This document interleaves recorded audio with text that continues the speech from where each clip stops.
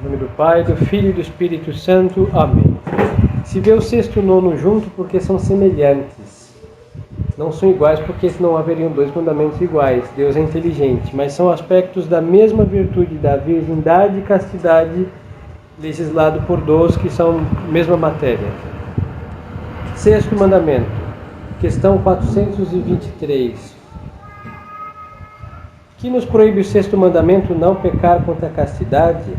O sexto mandamento, não pecar contra a castidade, proíbe qualquer ação, palavra ou olhar contrários à santa pureza e à infidelidade no matrimônio. Então aqui nós temos duas virtudes. Uma coisa é a virgindade. Então, perdê-la antes do matrimônio é um pecado mortal, porque é um pecado grave cometido que houve este acontecimento como consequência. Agora, a castidade é uma coisa. A castidade é uma... a palavra quer dizer como nos acampamentos bélicos se faziam cercas, muralhas em cidades também, para proteger o que estava por dentro. Então, a castidade é isso. A castidade é uma muralha que se faz por volta do caso com relação a almas virgens, e quando já se perdeu essa questão, mas protege a pureza moral das pessoas. Então a castidade está se protegendo a virgindade dos virgens e a integridade moral no sexto e nono mandamento entendida também. E como se perde essa castidade? Por qualquer... São atos internos e externos. Então, qualquer ação, palavra, olhar contrário à pureza. Nosso Senhor disse que quem olhasse para uma mulher com desejo já havia cometido adultério. Não é só questão de um ato externo. O ato interno também faz perder a virtude. Um ato, obviamente, consentido. O Novo Testamento é mais exigente que o Antigo. Então, Nosso Senhor diz só o desejar, o desejo eficaz, obviamente, o olhar consentido, desejos consentidos, já se perde a virtude da castidade. É como se derrubasse essa muralha e aí a virtude da pureza fica sem proteção. E a pureza é como, por isso não é um romantismo, é sempre simbolizada por um lírio, ademais de ser branco. Se os senhores repararem, ele tem um bom odor. E antigamente, creio que até hoje, alguns são usados para medicinais. E dentro tem um pólen que sai uns, sei lá, como chamaram, umas... Pestilos, não sabe? Exatamente. Que tem uma pontinha cheia de pólen. Ele mesmo se suja com o movimento. Pois então, a castidade é simbolizada por essa bela flor, porque ela é assim, qualquer coisa a deixa suja e frágil. Por isso é necessário uma muralha, que é a castidade, para proteger a pureza. Qualquer coisa pode manchá-la e fazer dano a ela. E aqui agora, depois no matrimônio, qualquer pensação, palavra, olhar contrário ao cônjuge é um adultério no sentido próprio da palavra. Não precisa andar com uma outra pessoa para cometer. Desejar pensar em coisas que não seja com o próprio esposo ou esposa, nesse caso, peca-se contra a fidelidade matrimonial. Deus não só exige a fidelidade externa, ele exige a fidelidade interna. Assim que o esposo só pode pensar na sua esposa e a esposa só pode pensar no seu esposo. Fora disso, qualquer outro será, obviamente falando de pensamentos referentes à carne, será um pecado de infidelidade. Então, ver o rigor do Novo Testamento, nós às vezes olhando para trás há um monte de penas, apedrejamentos e coisas do Antigo Testamento, mas o Novo não ficou diferente, ficou muito mais rigoroso. Nosso Senhor proíbe atos internos que são contra as virtudes também. Antigamente também estava proibido, mas era um pouco mais exterior a coisa. E agora tem que ser absoluto, desde a vinda de Nosso Senhor. Que nos proíbe o nono mandamento? O nono mandamento proíbe expressamente todo e qualquer desejo contrário à fidelidade que os cônjuges se juraram ao contrair matrimônio. E proíbe também todo e qualquer pensamento culpável e todo e qualquer desejo de ação proibida pelo sexto mandamento. Então, assim, o sexto mandamento proíbe certas ações que são proibidas para solteiros e casados também. Então, o sexto mandamento vai se aplicar ao nono. Então, vamos ao uso do matrimônio. Tem coisas que são proibidas para qualquer ser humano e tem coisas que são permitidas somente para os casados. E que se alguém fizer sem estar no matrimônio, cometerá um pecado mortal. Entende? Falo um genérico, depois vamos aterrissar. Por isso as crianças estão longe de nós. Vou explicar porque às vezes o diabo é imundo. E o velho homem que existe dentro de cada um de nós, o Adão Júnior, é tão imundo quanto. E as pessoas começam a se auto-enganar com essas coisas, hein? Falar, isso não é pecado, eu não sabia. Todos sabemos o que é pecado, hein? Todos. E aí começam certas mazelas, libertinagens sutis. E quando vai ver, se está em plena depravação e achamos que estamos caminhando com a retidão moral dos santos. Bom, é um absurdo puro. Malícia impia e com muita ignorância também, de certo modo. É um grande pecado impureza, é um pecado gravíssimo e abominável diante de Deus e dos homens. Rebaixa o homem à condição dos irracionais e pior, hein?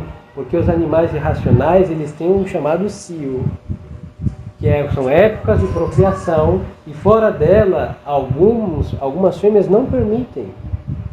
E às vezes os animais tampouco procuram, porque existe um instinto animal. Agora o homem tem que fazer as coisas, não existe um instinto em nós, hein? Mas existe o quê? O uso da reta razão, que deveria funcionar a modo de, muito mais sublime do que o instinto animal. E junto com a virtude, que aí tudo fluiria com perfeição. Mas na ausência da virtude, da graça que a facilita enxergar com nitidez a virtude moral, o homem está pior que os irracionais. Então arrasta a muitos outros pecados e vícios e provoca os mais terríveis castigos de Deus nesta vida e na outra.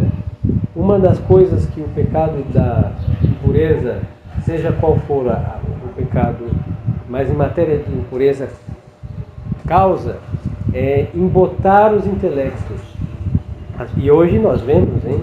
As pessoas às vezes não é porque não querem a verdade, é porque não conseguem vislumbrar a verdade. E por quê? Porque existe uma nuvem negra, tenebrosa na frente dos olhos, que são os pecados contra a castidade.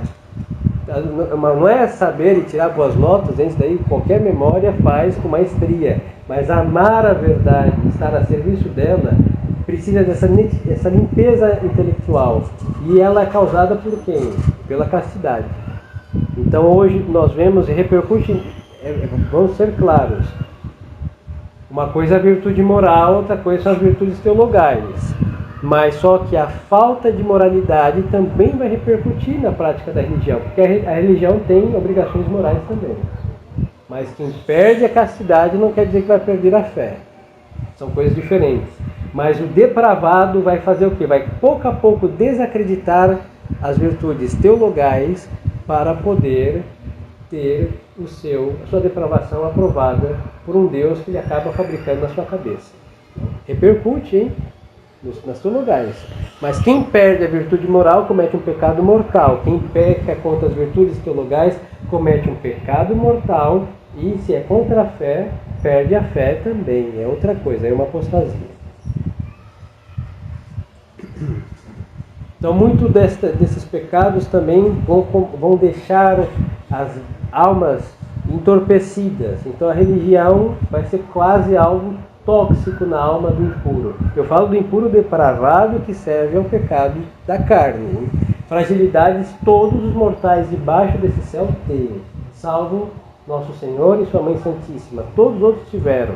Mas servir estas feridas vão aumentá-las em tamanho e profundidade, e aí o homem vira todo chagado. Aí qualquer coisa, dor de consciência e cada vez mais frágil. E a fragilidade hoje, inclusive, para não conseguir praticar a religião, é por causa da depravação dos costumes também.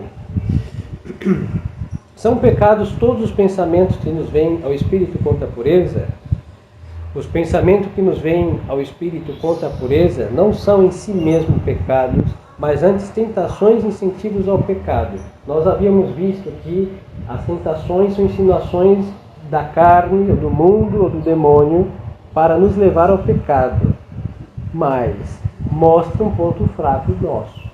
Por isso é bom analisar as nossas tentações, porque sabendo que somos tentados em tal qual, ou contra tal qual virtude, é sinal que estamos necessitando praticar a virtude da qual o diabo está bombardeando. Então em si mesmo não é um pecado, não, mas só que saber que o diabo está ali naquela brecha porque há uma passagem para ele entrar e nos infernizar naquele aspecto. Isso deve ser conhecido por cada alma, porque nós sabemos quando a tentação é uma brecha, e às vezes é uma virtude já conquistada pela repetição de atos, e que o demônio quer tentar também para perder essa virtude, mas são tentações diferentes. Aí cada alma tem que estar adestrada no caminho da salvação e perceber isso. Quando são pecados os maus pensamentos? Os maus pensamentos, ainda que não sejam seguidos de ação, são pecados quando culpavelmente lhes damos motivo, ou nele consentimos, ou nos expomos ao perigo próximo de neles consentir. Então é o seguinte, os pensamentos, vamos ser simples e sinceros, nós sabemos muito bem quando nós formulamos um pensamento, certo? Nós construímos um pensamento com a imaginação, ajuda a criar imagens e formulamos qualquer estupidez, ou não. Estes formulados por nós mesmos, se forem contra a pureza, é um pecado mortal.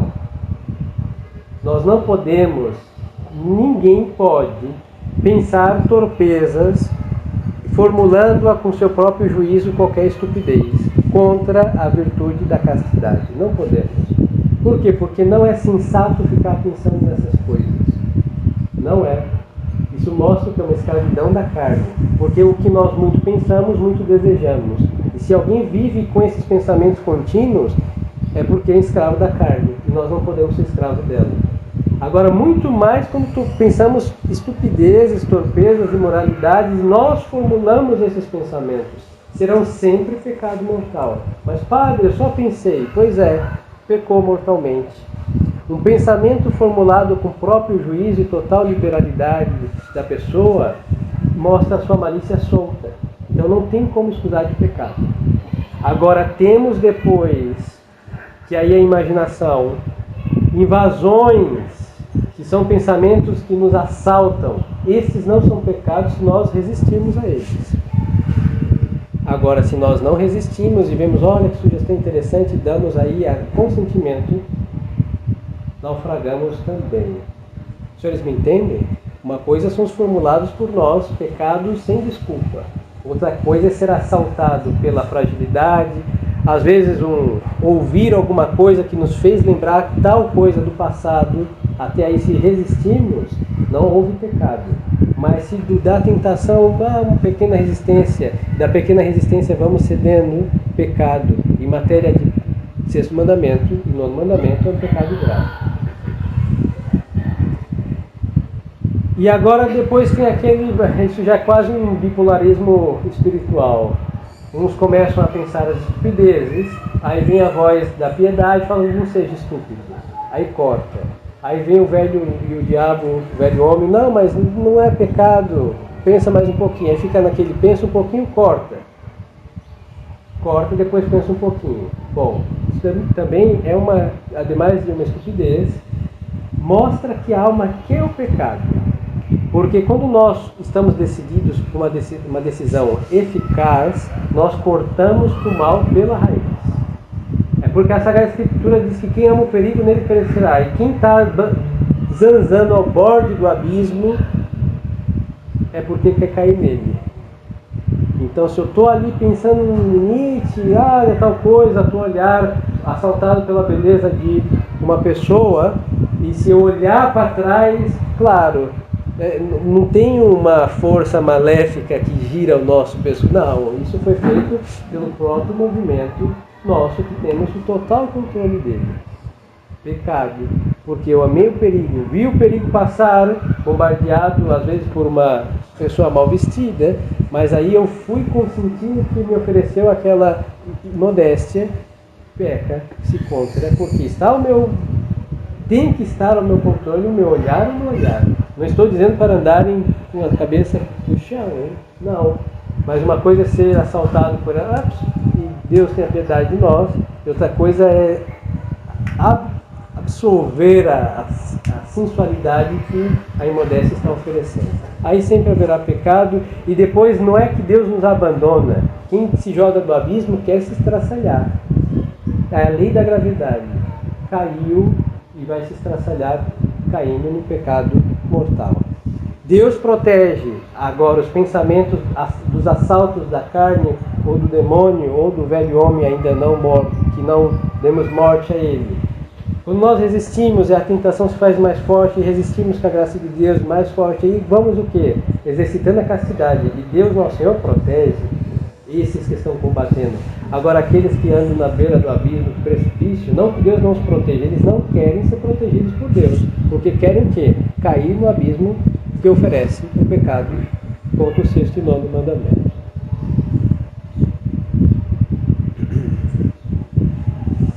Que coisa nos ordena o 6º e 9º mandamento? Ordena que sejamos castos e modestos nas ações. Para os senhores verem a universalidade dessas virtudes, hein? Porque aqui diz, castos e modestos nas ações, nos olhares, no porte e nas palavras. Hoje pensam que modéstia é só usar saia e não usar decotes. Isso é um aspecto da castidade, porque tem sensualidade às vezes no olhar, nas palavras, no comportamento. Tudo isso às vezes está impregnado de sensualidade, não? Como uma isca para ir buscando os outros e arrastando a depravação. Então a castidade, ela é uma virtude que protege a limpeza moral. E ela se vale também da modéstia, mas desta modéstia, do porte, das ações, aí vem todo esse comportamento que os velhos tinham. Às vezes a gente tem conversas, hein? Não só bom senso, mas às vezes tem conversas com muitos homens, aí as mulheres iam para o seu cantinho, não é porque os homens sejam animais selvagens, é porque tem coisas que é desagradável. Devia ser para uma mulher estar conversando com um estranho, por exemplo. Não sei, se o homem trocasse gás, chamava vizinha, hein? Uma dona de casa não aceitava o trocador de gás, que as senhoras têm medo de trocar o botijão de gás, isso é uma coisa de mistério. E chamava outra pessoa, ele vai trocar, me acompanha. Não é que ele seja um depravado, não é isso, mas é porque esse constrangimento de estar abaixo do teto, que pode ser um perigo sim, remoto, mas é possível. Então as mulheres têm esse cuidado, como se hoje fazem um desserviço de andarem como carne e açougue, péssimos, e atrai aqui um monte de vira-latas que ficam lá a contemplar suas mazelas, né? Então realmente esse pudor que também vem da virtude da modéstia vai proteger a castidade. Então vê, se perde o pudor, perde a castidade, perde um, perde outro, aí hoje se perde a virgindade. O casamento virgem é quase um milagre. Então você vê que uma virtude está aliada à outra para proteger o essencial, que é essa limpeza moral no sentido absoluto da palavra. E depois também ordena esses atos internos, por isso nós não podemos consentir nenhum pensamento contrário à castidade, porque com esses pensamentos consentidos, essas aventuras e pensamentos no limite, vamos aí afrouxando o rigor moral, até do interno desmantelado para o externo depravado. Tudo começa no interior do homem. Ele vai afrouxando o rigor da sua reta razão, do conhecimento que ele tem da doutrina, da moral, que às vezes recebeu na educação, vai afrouxando tudo, e por fora depois é a depravação total, disposto a cometer qualquer atrocidade por aí. Que devemos, 429, que devemos fazer para observar o 6º e 9º mandamento? Para bem observarmos o 6º e 9º mandamento, devemos invocar frequentemente de todo o coração a Deus, ser devotos de Maria Santíssima, Mãe de pureza, e lembrar-nos de que Deus nos vê, pensar na morte, nos castigos divinos, na paixão de Jesus Cristo, guardar os nossos sentidos, praticar a mortificação cristã e frequentar o sacramento com as devidas disposições. Então aqui vamos nos deter um pouco. A parte piedosa todos conhecem, mas vou dar um conselho. Quando se tem um pensamento quanto à pureza, o mais eficaz meio são as virtudes teologais. Pensar, fazer atos de fé, esperança e caridade. Aí fala, padre, mas por quê? Muito simples. As virtudes teologais nos unem, o alvo é direto, Deus Nosso Senhor, objeto. Então aponta diretamente a Deus. Quando na parte moral estamos desmantelados ou alvo do desmantelamento, nós nos endireitamos indo a Deus Nosso Senhor. Então, pela fé que temos que ser castos, por esperar o céu que devemos guardar a castidade, e por amor a Deus que mantemos nossa integridade moral, física, espiritual e etc. Então damos à nossa alma a razão pela qual ela tem que seguir lutando. É verdade que quanto à castidade,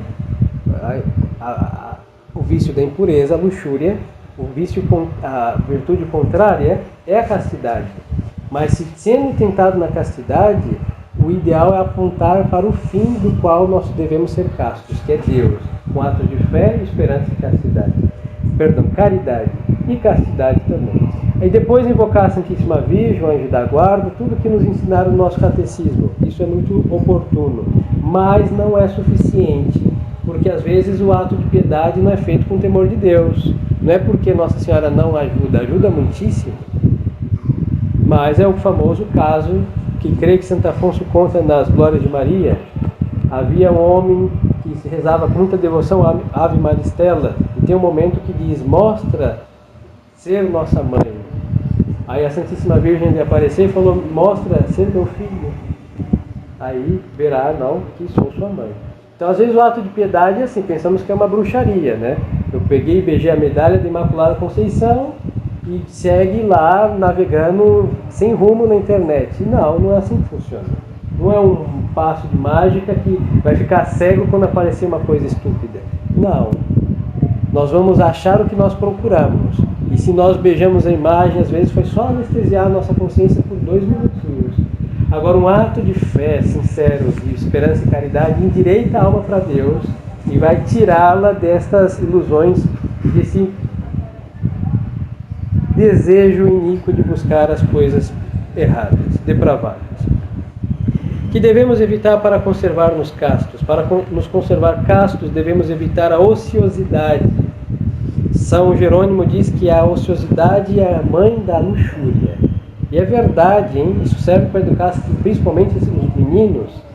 Corpo mole para o horário, para o estudo, vai clamar a impureza. Porque a impureza é uma outra coisa que deixa entorpecido e flácido e mole o corpo e a alma também.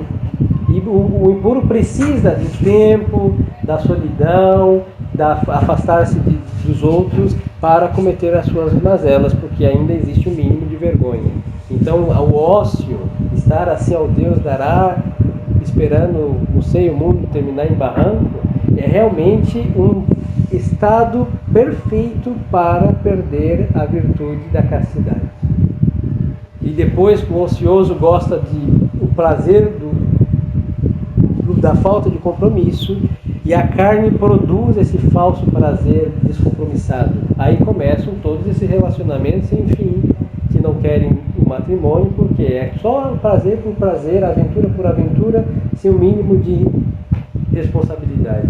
Então o ócio é realmente o grande pai da impureza.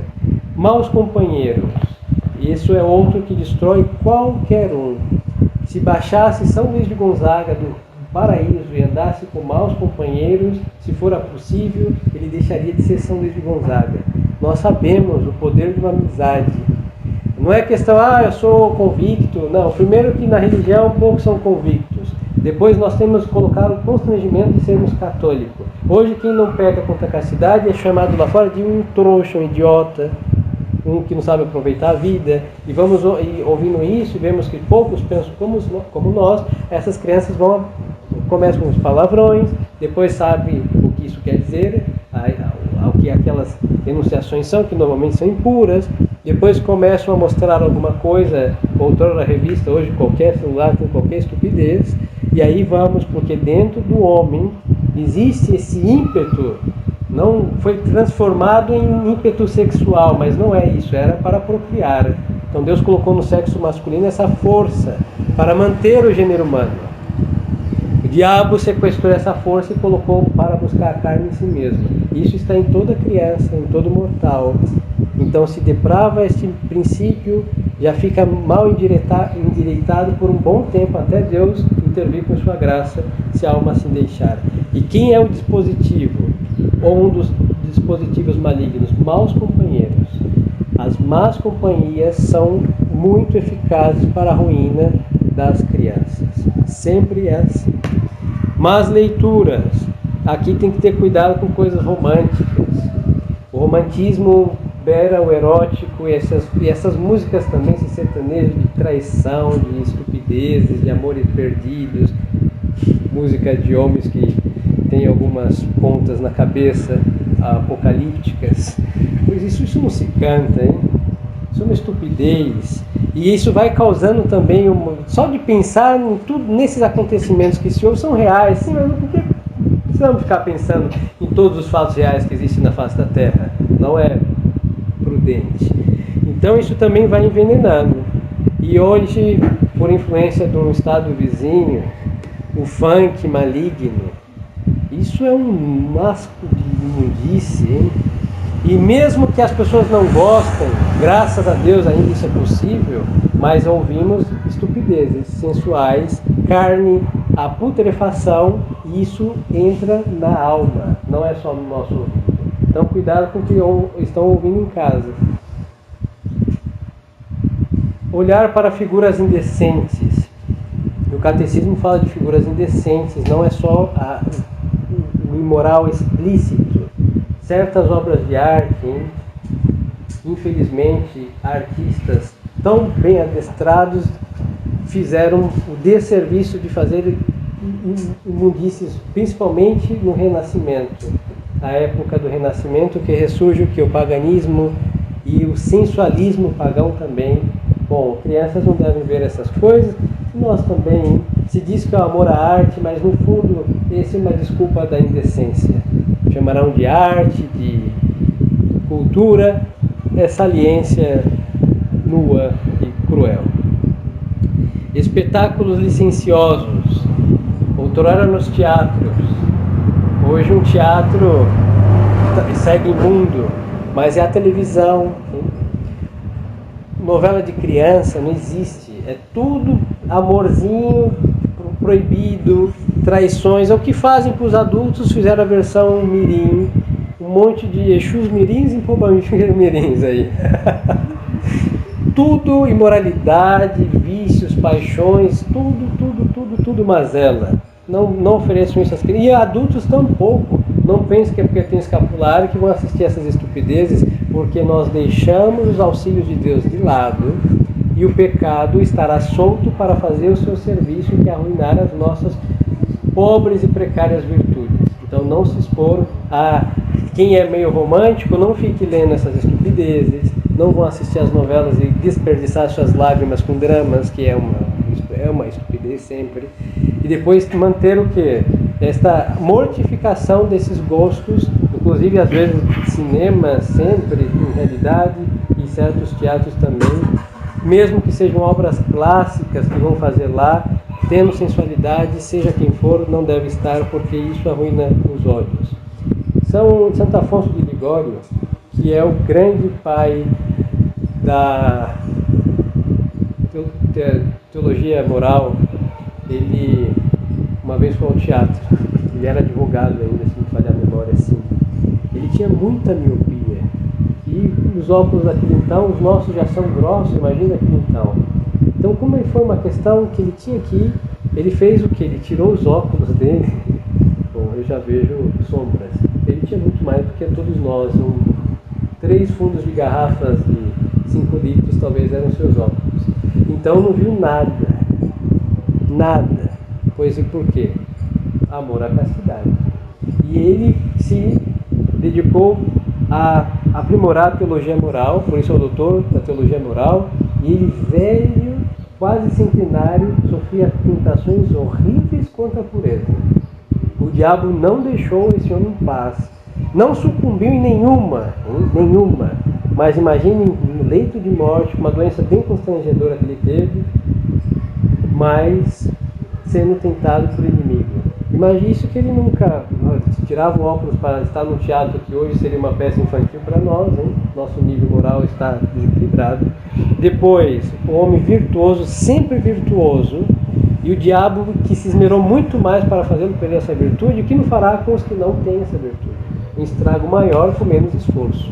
Então não fornecer armas para o diabo arruinar nossa alma, isso é insensatez. Então bailes licenciosos, aí aqui temos que ter cuidado com essas danças. Não vou entrar nisso, que isso daqui é toda uma conversa, não à parte, mas que merece seu tempo, um dia falaremos. Mas entre os bailes é pura sensualidade, no tocar, no se expor. Eu chamo isso de feliz. Para estar feliz não precisa estar dançando. Ah, o rei Davi dançava. Bom, se tivéssemos o espírito do rei Davi, poderíamos estar dançando até dar cãibra em nossos pés, mas nós não temos. Nós transformamos nossa alegria em sensualidade também. Então tem que ter aí um pouco de sensatez, conhecimento de si, e ver que isso é uma estupidez também. Conversas e diversões perigosas.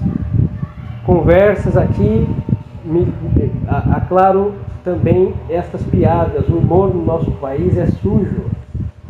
E o que acontece? Nós rimos do engraçado, e o danino e pernicioso de impuro já entrou na nossa alma no veículo da risada, como algo inofensivo. E para os senhores terem ideia, por exemplo, hoje nos faz engolir goela abaixo todos os degenerados, como o quê? Respeito às opções sexuais de cada um deles. Agora eu vou lhes perguntar uma coisa. Eu, infeliz que vos fala, tenho 34 anos. Diz que eu me lembro, infelizmente me lembro, que os humores nas televisões sempre tinham degenerado que era um humorista. Ou as piadas eram de pessoas degeneradas. Então pelo menos rimos 20 e poucos anos com esta gente, que muitos já morreram, que Deus tenha piedade de suas almas. E o que aconteceu? Quando eles reclamaram seus direitos de família, quem vai se levantar contra? Se nos fizeram rir, são inofensíveis, são pessoas agradáveis, com aspas até as cordilheiras, e eu ultrapassando novamente. E por que hoje não pode ser felizes? Porque nos fizeram, entre aspas, felizes. O demônio é esperto, paciente e sabe trabalhar muito bem. Então não se ri com essa gente, não se ri com o que nós não podemos fazer. O que é impuro não se pode pensar, praticar, falar, não se ri dessas coisas tampouco. Espetáculos perigosos, bem como todas as outras ocasiões de pecado. Então aqui vamos só olhar mais fazer algumas considerações e terminar o tema. E daqui são princípios gerais que cada um tem que aplicar para a sua vida. Mas o que mais o padre insiste é que, bom, fica o minha culpa, minha máxima culpa. Mas nós temos que acabar com o pecado. E não é só contra... os pecados contra a fé são muito mais graves. Mas vamos lá, uma alma que conseguiu extirpar a impureza tem um terreno muito fértil para a fé ser semeada ali. E hoje nós temos que semear entre pedras e um monte de outras mazelas, e por isso fica uma fé deforme. Então temos que ter grande zelo pela virtude moral. E às vezes, inclusive no ambiente tradicional, existe uma grande depravação dos costumes, porque acham que é só porque tem a Santa Missa tradicional, só porque o padre usa batina, que todo mundo está salvo. Isso não é verdade. Porque a grande depravação moral é sinal que crê errado, ou está com uma fé muito disforme ou mal praticada. Porque quem ilumina a virtude moral é a virtude teologal, que lhes dizia há pouco. O padre Antônio Vieira dizia, numa comparação muito bela, que a Santa Igreja tem 2 seios, 2 peitos, que devemos mamar, a fé e a moral. Nos 2 mamamos, não é só de um. Hoje todos estão ali mordendo os mamilos da fé, mas o da moral não se alimentam. Por isso morrem desnutridos, com tanta fé, sem mínimo de moralidade. Então nós não nos salvamos só com fé, nós não somos luteranos, nós somos católicos, então temos que mamar da fé e da moral que jorram como esguicha dos seios da Santa Igreja, da qual nós devemos estar lá. Então, aí isso se aplica na educação dos seus filhos e na educação de nós próprios, porque infelizmente somos filhos da Revolução, nossos pais, Jovem Guarda e Rock and Roll, que Deus tenha piedade deles. Eles o quê? Eles beberam a impureza dançando e nas esquinas, hein?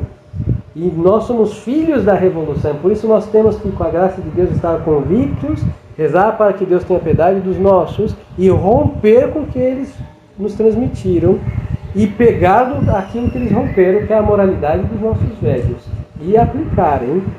Não é só modéstia, não é só saia, não é só, no caso do Padre Batina, é toda uma vida que deve ser praticada com essas virtudes, e a virtude da castidade, da pureza, a virgindade tem toda a sua glória e tem todos os efeitos necessários para a ordem social.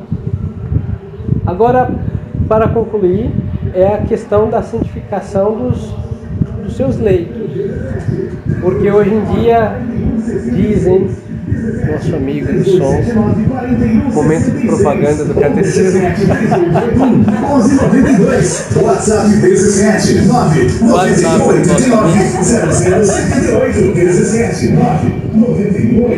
Pediu os comerciais do catecismo, prometendo alguns centavos depois no canal para comprar uma vela para o anjo de guarda do outro vizinho com aquelas músicas estúpidas. Bom, um dia Deus converterá os gostos também. Mas então, no matrimônio, como os senhores não fizeram, muitos dos senhores casaram no modernismo, e o curso de matrimônio, os senhores sabem, colocam dois depravados lá só porque vão à missa e não fazem a primeira leitura, para ensinar para os senhores tudo o que eles fazem, que é melhor nem saber o que eles fazem, no juízo final saberemos, mas já ninguém poderá ter infartos. Não. Por isso Deus vai mostrar lá no juízo final. Então isso nós vamos conversar um momento à parte, só os senhores pais, e vamos explicar isso, hein? Porque tem muitas coisas que pensam que só porque estão casados, esse negócio de casado pode tudo, não, senhores. Não existe pode tudo. Pode tudo é quando estamos aliados com o espírito das trevas, porque lá não tem lei, não tem proibido, tudo é permitido e tudo é conveniente. Mas no uso do matrimônio tem regras. E aí, só usando a reta razão seria suficiente. O Deus tudo fez com uma finalidade. E tudo aquilo que intenta contra a finalidade da qual se une um homem e uma mulher, chama pecado. Com isso nós já podemos aterrissar e ver o que é permitido e o que não é permitido. Mas um dia, em breve, com fé em Deus, talvez na próxima visita, veremos isso para que o diabo não polua as suas casas. Nós nascemos num leito, hein? E se nós nascemos num leito do pecado, já temos o pecado original. Imagine mal fabricados, por assim chamar. Temos tudo para estar inclinado para o inferno. Então se faz com virtude. Os filhos devem ser filhos da virtude, da união sacralizada pelo matrimônio, o sacramento do matrimônio. E então tudo isso também predispõe as almas, hein? Na parte natural, que por isso antes as pessoas estavam mais inclinadas à virtude. Então tudo tem uma finalidade e temos que obedecer os meios para aquele fim. Se o filho veio ou não veio, isso é a natureza das coisas. Mas não se pode colocar nenhum empecilho natural e nem artificial para evitar os filhos. Quando a idade já, porque as mulheres têm o seu período que cessa de fertilidade, aí o matrimônio segue igual, porque o uso do matrimônio, porque é a união dos corpos e das almas que se dá no ato conjugal. Você vê que é nobre, é uma coisa que tem a sua beleza, e que a impureza deixou algo asqueroso, que é algo sublime. Se não fosse o ato matrimonial, nós não teríamos Santa Teresinha. Sua relíquia que nós veneramos hoje é fruto da graça de Deus, mas foi o que? Nascido e concebido num leito. Nós não teríamos ninguém, só Adão, mas desde ele o ato matrimonial que Deus deixou para a procriação. E o diabo foi ali que ele sujou e manchou todos os que nascem fruto da paixão. Tem que ser fruto, é verdade, do amor, mas do que? Do bem, de querer o bem da sociedade e dar bons filhos. Este é o amor. Não? E aí fazê-los com virtude. E aí tem tudo para ser bem nascidos, bem paridos, bem cuidados e a graça de Deus ter aí um bom habitat. Então tenham cuidado, no próximo catecismo vamos fazer uma explicação mais detalhada, mas santifiquem os seus leitos, tirando todas as coisas que os senhores em consciência já sabem que é uma desordem, que é um pecado, e se já passou a época da procriação, façam as coisas corretas para salvar a alma e para reparar as mazelas do passado. Isso é um meio de também reparar os pecados cometidos.